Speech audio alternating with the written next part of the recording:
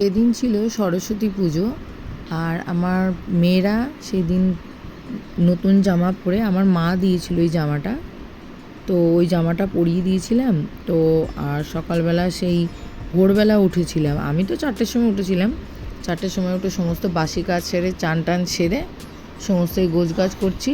আর বাচ্চাদের বললাম যে যা তোরা তাড়াতাড়ি চানটা করে নে, ওদের 5টার সময় তুলে দিয়েছিলাম, না হলে অঞ্জলি দেওয়া, তারপরে পুজো টুজো যা আছে সমস্ত কিছু করতে ওদের, তারপরে স্কুল ছিল, আমারও স্কুল ছিল, ওদেরও স্কুল ছিল, এসব করতে টাইম লাগবে।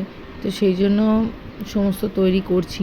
আমার হয়ে গেছে মোটামুটি 5:30 বাজে, মানে 5:40 মতো হয়ে গেছিলো।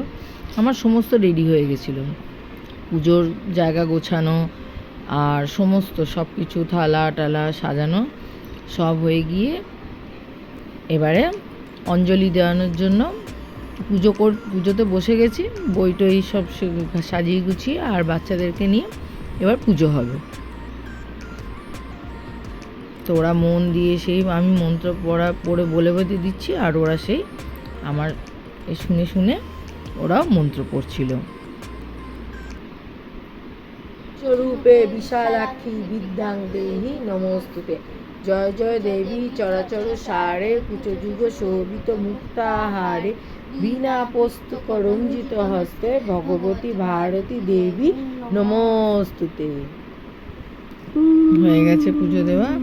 এইবার ওরাও, আমি রেডি করে দিলাম, টিফিন দিয়ে দিয়েছি, ওরাও চলে গেল স্কুলে, আমিও চলে গেলাম স্কুলে। সেদিন আবার ওদের স্কুলে বলেছিল ইয়েলো ড্রেস পরে আসতে বসন্ত পঞ্চমীতে, তো আমাদেরও স্কুলে বলেছিল, তো আমরাও চলে গেছিলাম।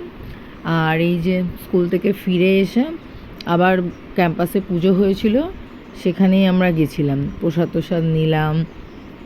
আমার মেয়েদেরও আমি নিয়ে গেছিলাম, বললাম চল যাই একবার ঘুরে আসি। এই যে ওরা এখন খুব আনন্দ করছে। সকালে পুজো করে স্কুল থেকে এসে তারপরে এই সন্ধে পুজো দিয়ে আমার সরস্বতী পুজো ব্লগটা এখানেই শেষ করি।